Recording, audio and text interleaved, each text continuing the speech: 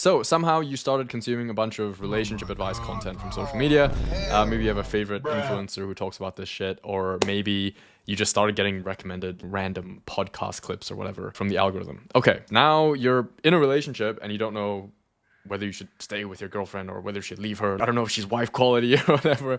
Or maybe you are single and you're thinking, oh, like, yo, it's so fucked out there. Like, how am I gonna find a good girl? Oh, like everything's so bad. Da da da da. So now what? How did you get here? Now, before you point out the irony of, look, aren't you doing the same thing? You're here talking about relationship stuff. Hey, I get it.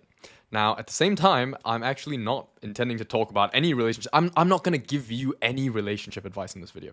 In fact, the whole point of this video is to empower you to start thinking for yourself, start making your own decisions, coming to your own conclusions, and for you to hopefully never have to watch any of this kind of stuff again. Or, okay, that's an exaggeration, but maybe feeling like you're actually in control and not being so influenced by the things that you see on the internet, random people who don't know who the fuck you are and what your life even is like, giving you a bunch of advice. I'm hoping that by the end of this video, you'll actually not have to watch those kinds of relationship advice videos all that much, basically ever. Look, the first important point here, if you're feeling super torn up about something, content that you've consumed, is that these exact people, these influencers who dish out this content, they have literally trained themselves to speak with insane levels of conviction. Like, what they're saying is just fact. They speak with that. And they've literally, look, these people have studied. They've studied great public speakers to understand how they influence public opinion and all these things. They go on their platform, they spew a bunch of stuff that is meant to be, eye-catching. It's meant to be controversial. It's meant to get you, to retain you on their content, right? Because that's how they actually make a living. That's the entire point. And so you're being influenced by these things where someone is up there talking from their personal experience, right? They don't know the first thing about you or your fucking life, okay? And they don't care about you. They don't know who the fuck you are. And they're just up there speaking from their personal experience on whatever, I don't know, books they've read and stuff. And they're saying this stuff with insane levels of conviction, just plucked from thin air. Later on down the line, who knows? They might have to change their opinion, right? If they realize, oh, well, this thing that thing I said, shit, I actually don't think that anymore.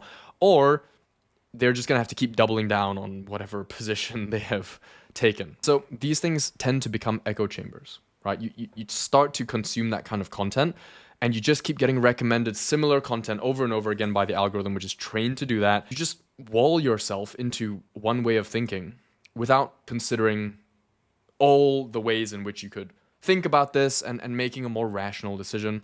You start to get a bunch of emotions about this whole thing. The point here is that you have been influenced by these people, okay, who are literally, it's their job to influence you. It's their job to say things that grab attention and that are controversial. So it's not your fault, because maybe these things are, they're not in your conscious brain. You're not screening what you're watching and thinking, oh, well, I wonder what this person's motive is. Like, you're just listening to it and you're going, wow, yo, that's kind of true, because they're saying it with such conviction. Imagine a religious person who is newly converted to that religion, right? And they believe so strongly, and they start to tell you about it, maybe your friend, right? And they start to tell you about the religion, and look, this is the way to live, da da da.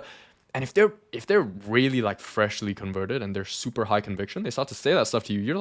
You start to think, at least in your head, you're thinking like, yo, maybe they're right. Like, you start to get those thoughts. So it's the same thing when you're listening to these relationship advice influencers on the internet. It's the same exact thing. So that's the environment you're in. This is the information landscape that you are inhabiting right now. Okay, it's a bunch of people saying things with full conviction, right? Saying you should do this, you should not do that, X, Y, Z, with like specific details to a specific situation, which you then confirmation bias your way into thinking, oh yeah, that does sound like me, and oh, I relate to that in X, Y, Z reason, and you start to do that whole confirmation bias process, right? It's like astrology, right? Like you read the thing and you're like, oh yeah, no, that's me, So it's the same thing, okay? And that's happening because these people, again, they're speaking with such high conviction. It does not sell, okay? If they just, instead of giving all this specific advice and that's like super controversial, inflammatory, whatever, it does not sell if they go up there and try to be accurate and try to tell the truth in some way. They're gonna have to speak so generally that it's not gonna get any views, right? If I got up here and started spouting platitudes about relationships and sort of, have all these caveats and saying and prefacing things by saying like, oh, well, and now I don't know who you are specifically, and well, in general, like that stuff does not get views.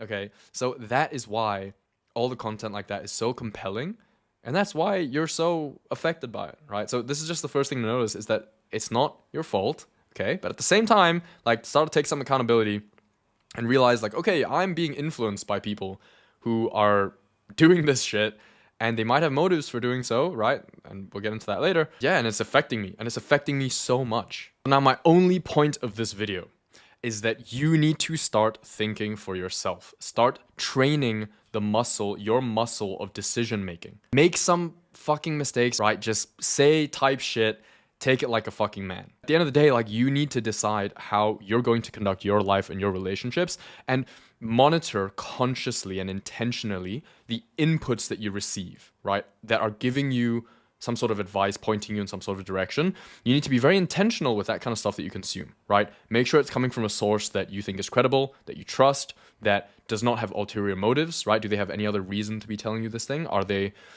trying to get you to take some kind of action, like buy their fucking course or whatever online? Or it could be someone in your personal life, right, who they have their own intentions and they want you to take some kind of action, and so they're giving you advice. So look, you need to monitor those inputs very consciously. You need to be a discerning listener to all of this kind of stuff. So I'm not saying like go fucking hermit and never listen to anybody about relationship stuff. Like, that's not what I'm saying, right? But you need to be consciously monitoring the inputs, not just unconsciously fucking swiping, consuming stuff, and all that stuff just seeps into your brain, and then you get all worked up about it, right? And you get lost and confused. So intentionally monitor where you're getting this information from. What is the source of the information? I have a whole video about this, by the way. It's called Why Gen Z Can't Think Critically. It's somewhere in my channel. Be conscious with the inputs and start to just make your own decisions. Start to think for yourself. Okay. It's scary. Yeah. Okay, but you're gonna have to do that if you're gonna have any shot at all of trusting yourself to know what to do in a situation. Like, do you want to be in a fucked up relationship situation, and the first thing you think is, well, what would this other person do? What would my favorite influencer who talks about this, what would he think? What would he do? Right? Like, are you even your own person at that point? That's really the only point of this video. I hope that this just kind of sparks something in your head to empower you to start making your own decisions, start thinking for yourself, start being a discerning consumer of this kind of content, and recognize that nobody, not me, not anybody on the fucking internet, knows the first thing about you and your life and what you've been through and what you should do next, okay? Beware of anybody on the internet who's out there using a bunch of should words, okay?